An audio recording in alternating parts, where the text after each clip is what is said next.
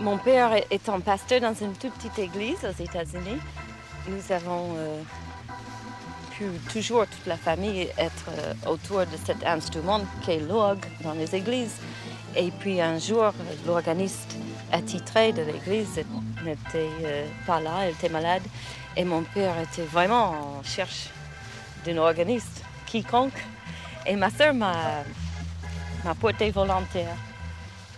Et mon père, n'ayant pas de choix, il m'a appris. Et puis, ça a été mon début public.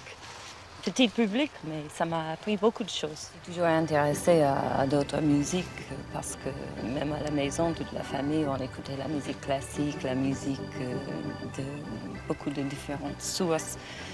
Mais je jouais toujours dans l'église jusqu'au moment qu'il y avait un chef d'orchestre qui cherchait un pianiste. Et puis, où est-ce qu'on va chercher des pianistes? C'est à l'église. Et j'ai joué le piano une semaine seulement avec lui. Et puis après, il a acheté un orgue. Et je suis devenue son organiste. J'ai fait des études classiques. Mais ce qui me bloquait, c'est que pour une chose, j'ai commencé trop tard. Et pour une autre chose, il fallait vraiment rester à la partition, il ne fallait pas changer. Alors je jouais, et puis en venant en France, c'était forcément devenir international. Si l'on parle d'influence pour Rhoda Scott, de qui doit-on parler? Beaucoup de gens. Allant de Jean-Sébastien Bach à Jimmy Smith et mon père aussi, qui a eu beaucoup d'influence sur moi. Quand j'étais petite, j'avais 8-9 ans, ma première rencontre avec l'orgue, c'était un instrument très impressionnant, avec du beau bois, tout ciré, etc., astiqué. Et le pédalier, c'est ce qui fait toujours peur à beaucoup de personnes à l'orgue aussi. Et j'ai vu ce pédalier, j'ai tout de suite compris que c'était comme un clavier, mais il fallait jouer avec les pieds. Mais je n'aurais jamais osé jouer avec mes chaussures. Alors je les ai enlevées. En plus, j'étais à l'église. J'ai enlevé mes chaussures et puis j'ai toujours fait pareil. Maintenant, c'est peut-être moins par respect que par habitude.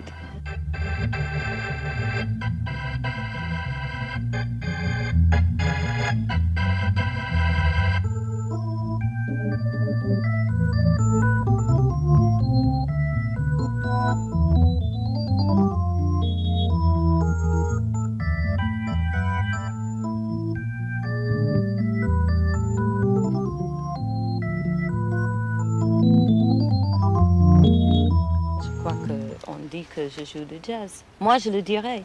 Mais puis après, si on voulait discuter si c'est vraiment du jazz, qu'est-ce que c'est comme jazz, etc., je perds d'intérêt dans les catégorisations et je dis que je joue de l'orgue, c'est tout.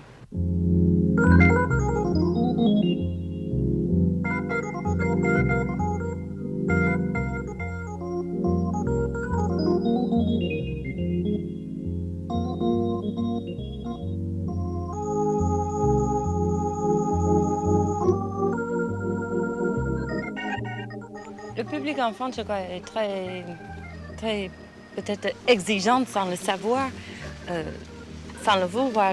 Je crois que même les musiciens disent que si on est accepté par un public français, on peut y aller à peu près n'importe où après avec confiance. Il y a d'autres ambiances suivantes où on va.